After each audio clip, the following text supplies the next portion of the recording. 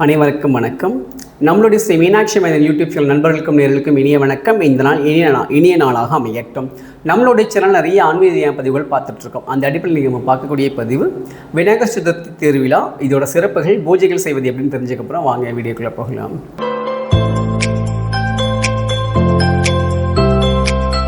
அற்புத கீர்த்தி வேண்டின், ஆனந்த வாழ்க்கை வேண்டின், நற்பொருள் குவிதல் வேண்டின், நலமெல்லாம் பெருக வேண்டின், கற்பகமூர்த்தி தெய்வ களஞ்சியம் முன் சென்று பொற்பாதம் பணிந்து பாறை பொய்யில்லை கண்ட உண்மை. திருச்சிற்றம்பலம் தில்லை எம்பலம். நம்ம இந்து மதத்தில் வழிபாடக்கூடிய வழிபாட்டில் மிக எளிமையான ஒரு தெய்வம் அப்படின்னா விநாயகர் தான். ஏன்னா இவர் ஆத்தங்கரை ஓரத்தில் இருப்பார், கோவிலில் இருப்பார், தனியாக நிறைய இடங்களில் இருப்பார். இவரை பொறுத்த வரைக்கும் இவர் ரொம்ப எளிமையான தெய்வம். இவர் என்ன கேட்டாலும் தருவார். இந்த விநாயகரை வழிபட்டுட்டு நம்ம ஒரு விஷயத்தை ஆரம்பிச்சோம்னா அது நமக்கு தோல்வியே கிடைக்காது. அதனால இவர் முழுமுதற் கடவுள் அப்படின்னு சொல்லி வச்சாங்க. அந்த காலத்தில் மன்னர்களும் சரி, மகாராஜாக்களும் சரி, போருக்கு போகும்போதும் சரி, போரில் வெற்றி அடைஞ்சதுக்கு வந்ததுக்கு பின்னாடியும் சரி, விநாயகரை வழிபட்டு தான் அவங்களுடைய வாழ்க்கையை ஆரம்பிச்சிருக்காங்க. இந்த விநாயகருடைய தனி சிறப்பை பார்த்திங்கன்னா வெற்றியை தரக்கூடிய விநாயகர் தான் இவர். நமக்கு பொதுவாகவே நம்மளுடைய தொழில்களாக இருக்கட்டும், நம்மளுடைய வாழ்க்கையாக இருக்கட்டும், எல்லாருமே நமக்கு ஒரு வெற்றி அப்படின்றத நம்ம எல்லாருமே விரும்புவோம் இல்லையா? அப்போது இந்த விநாயகரை வழிபடும் நமக்கு வெற்றி கிடைக்கும். இந்த விநாயகர் சதுர்த்தி அப்படின்றது ஆவணி மாதம் வளர்பிறை சதுர்த்தி திசையில் வரும். சதுர்த்தி திதியில் வரும். விநாயகருடைய பிறந்த நட்சத்திரம் ஹஸ்த நட்சத்திரம். ஹஸ்த நட்சத்திரத்தில் சதுர்த்தி திதியில் விநாயகர் பிறந்தார். அப்போது ஆவணி மாதம் சதுர்த்தி திதியில் நமக்கு விநாயகர் சதுர்த்தி வருது. இந்த வருஷம் நமக்கு 27ஆம் தேதி நமக்கு வருது. நாளைக்கு இந்த விநாயகர் சதுர்த்தி புதன்கிழமை. நாளைக்கு முழுமைக்குமே சதுர்த்தி திதி இருக்குது. அப்போ எப்படி இந்த விநாயகர் சதுர்த்தி வழிபாடு நம்ம வீட்டில் செய்யணும் அப்படின்னு நம்ம தெரிஞ்சுக்க போகிறோம். நம்ம நாளைக்கு விநாயகர் சதுர்த்தி கொண்டாடுறதுக்கு முன்னாடி இன்றைக்கே நம்மளுடைய வீடெல்லாம் சுத்தப்படுத்தி, சாமி ரூம்லாம் தொடச்சி, பூஜை பாத்திரம்லாம் தேய்ச்சி வச்சிடணும். நாளைக்கு காலையில் எழுந்திரிச்சோன்னா நம்மளுடைய காலை கடமைகள்லாம் முடிச்சுட்டு விநாயகரை வாசல் வீட்டுக்குள்ளே கூட்டிகிட்டு வரணும். ஒரு சில குடும்பங்களில் புதுசாக மண் பிள்ளையார் வாங்கி வச்சு சாமி கும்பிட்டு கரைக்கிற பழக்கம் இருக்கும். ஒரு சில குடும்பங்களில் மூலப்பிள்ளையார் ஒரு பிள்ளையார் எப்பயுமே சாமி ரூமில் வச்சுருப்பாங்க. அவருக்கு வஸ்திரம் மட்டும் மாற்றிட்டு அபிஷேகம் பண்ணிட்டு அந்த சாமி ரூமில் அவர் எப்பயுமே மூலப்பிள்ளையாராகவே இருப்பார். அப்படி இருக்கக்கூடிய பழக்கங்களும் உண்டு. நமக்கு எது தோதோ, நம்மளுடைய பழக்கம் எதுவும் அது அப்படி நம்ம வச்சுக்கலாம். மண் பிள்ளையார் வாங்கி அவரை 3 நாள் பூஜையில் வச்சு கரைக்க முடியும்னா வாங்கிக்கோங்க. இல்லை நமக்கு மண் பிள்ளையார் கரைக்கலாம் நேரம் இல்லை அப்படின்னா நீங்கள் வீட்டில் இருக்கக்கூடிய மூலப்பிள்ளையாரை வச்சு சாமி கும்பிட்டுக்கலாம். இல்லை விநாயகர் விக்கிரகம் தான் வச்சு கும்பிடணும்னா கிடையாது, விநாயகர் புகைப்படம் இருந்தாலும் வச்சு கும்பிட்டுக்கலாம். ஏன்னா இவர் எளிமையான தெய்வம் தான். இவருக்கு என்ன மலர்கள் ரொம்ப பிடிக்கும் அப்படின்னு கேட்டிங்கன்னா, இவர் ஆத்தங்கரை ஓரத்தில் இருக்கிறவர் தான். எருக்க மலர்கள் ரொம்ப பிடிக்கும், அருகம்புல் ரொம்ப பிடிக்கும், அரச இலைகள் ரொம்ப பிடிக்கும். இதெல்லாம் வச்சு நீங்கள் என்ன வச்சுனாலும் நீங்கள் கும்பிட்டுக்கலாம். இவருக்கான பிடிச்ச நெய்வேத்தியங்கள் அப்படின்னு நீங்கள் பார்த்தீங்கன்னா சுண்டல், மோதகம், அதற்கப்புறமாக பொரிகடலை, பழங்கள், இதெல்லாமே அவருக்கு ரொம்ப பிடிச்ச நெய்வேத்தியங்கள். இவர் வழிபடக்கூடிய தினங்கள் அப்படின்னு பார்த்தீங்கன்னா திங்கட்கிழமை அவருக்கு ரொம்ப விசேஷமான ஒரு நாள் வழிபடலாம்.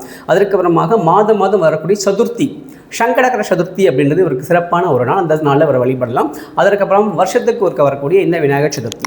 நிறைய பேருக்கு நமக்கு நிறைய பிரச்சனைகள் இருக்குது, பிரச்சனைகள் தீர்வே கிடைக்கலவங்க விநாயகர் சதுர்த்தி விரதத்தை ஆரம்பிக்கலாம். எப்போ ஆரம்பிக்கலாம் அப்படின்னா, விநாயகர் சதுர்த்தி அன்னைக்கு ஆரம்பித்து ஒரு வருஷம் ஒவ்வொரு மாதம் வரக்கூடிய சங்கடகர சதுர்த்தியில் விரதம் இருந்து அடுத்த வருஷம் சதுர்த்தி அன்னைக்கு இந்த விரதத்தை முடிக்கணும். அது எப்படின்னா நம்ம அடுத்த பதிவில் நான் உங்களுக்கு சொல்கிறேன். இப்போது விநாயகர் வாங்கியாச்சு, நம்ம சாமி ரூமெல்லாம் தொடச்சி வீடெல்லாம் தொடச்சி சுத்தபத்தமாக வச்சுன்னா விநாயகர் வாங்கியாச்சு, விநாயகர் வீட்டுக்குள்ளே வந்துட்டார். இப்போ இந்த விநாயகருக்கு நம்மளால் முடிஞ்ச நெய்வேத்தியங்கள் செய்கிறோம். நான் ஏற்கனவே சொன்ன மாதிரி மிக எளிமையான தெய்வம். இவர் நீங்கள் என்ன வச்சாலும் ஏற்றுப்பார். வெறும் பொரிகடலை மட்டும் வச்சு கும்பிட்டா கூட அவர் ஏற்றுப்பார். இருந்தாலும் நம்ம கொஞ்சம் வசதி இருக்குது, அவர் பிடிச்ச மாதிரி வச்சு கும்பிடணும் ஆசைப்பட்னா இவருக்கு விளாம்பழம் அப்படின்னு சொல்லக்கூடிய இந்த காய் ரொம்ப பிடிக்கும், அது வச்சுக்கலாம். மோதகம் அப்படின்னு சொல்லக்கூடிய கொலக்கட்டை அது ரொம்ப பிடிக்கும். அதுக்கப்புறமா சுண்டல், இதெல்லாம் வச்சுட்டு சாமி ரூமில் விநாயகரை பிரதிஷ்டை பண்ணிவிட்டு சாமி ரூமில் விளக்கேற்றி சுவாமிக்கு மலர் மாலைகள் சாத்திதான் உங்களுக்கு தெரிஞ்ச மந்திரங்கள், விநாயகர் மந்திரங்கள் நிறையா இருக்குது. விநாயகர் ஔவையார் எழுதிய விநாயகர் அகவல் இருக்குது. அதற்கப்புறமாக நிறைய விநாயகர் பாடல்கள் இருக்குது. தெரிஞ்ச மந்திரங்களை சொல்லி நீங்கள் விநாயகரை வழிபட்டுட்டு அவர்கிட்ட உங்களுக்கு என்ன பிரார்த்தனைக்கோ அதை கேளுங்க. நான் ஏற்கனவே சொன்னேன், விநாயகர் வழிபாடு செஞ்சு நம்ம ஒரு விஷயத்தை ஆரம்பித்தா நமக்கு மிகப்பெரிய வளர்ச்சி இருக்கும். ஏன்னா விநாயகரோட தனிச்சிறப்பே அதுதான். நிறைய வெற்றிகளை தரக்கூடியவர் விநாயகர். அதனால் அவர் முழுமுதற் கடவுள் அப்படின்னு சொல்லுவாங்க. இவரை தொழுதுட்டு நம்ம ஆரம்பிக்கிற எல்லா செயல்களையும் வெற்றி அடைவோம். அதனால் நம்ம விநாயகர் சதுர்த்தி ஆரம்பிச்சிட்டோம், பூஜை முடிஞ்சது. நம்மளால் என்ன நெய்வேத்தியம் முடியுதோ அந்த நெய்வேத்திய சுவாமிக்கு படைச்சிட்டு நமக்கு தெரிஞ்ச ஸ்லோகங்களை சொல்லி உங்களுக்கு என்னெல்லாம் பிரார்த்தனை இருக்கோ அதெல்லாம் சொல்லிக்கலாம்.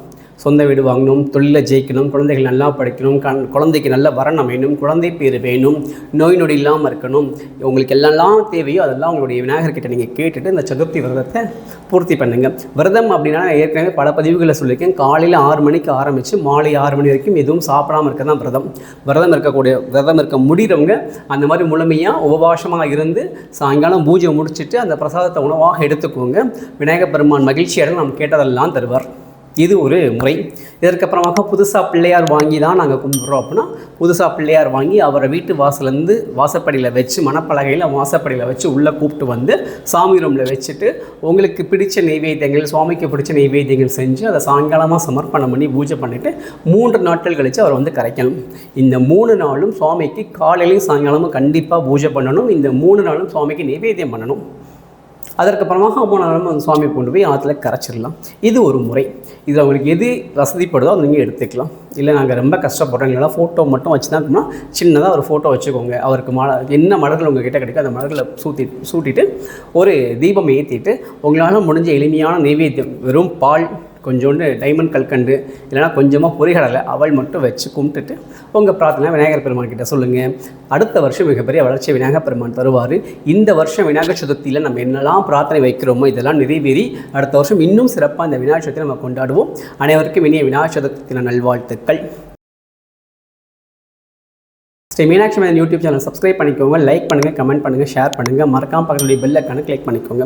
நம்ம எல்லா பதிவுகளையும் சொல்கிறது நம்மளுடைய ஸ்ரீ மீனாட்சி அம்மன் யூடியூப் சேனல் முகநூல் பக்கங்கள், இன்ஸ்டாகிராம் பக்கங்களை ஃபாலோ பண்ணி ஷேர் பண்ணி சப்ஸ்கிரைப் பண்ணுற எல்லாருக்கும் வேல் மாறல் புத்தகமும் வேலும் கொடுத்துட்ருக்கோம்.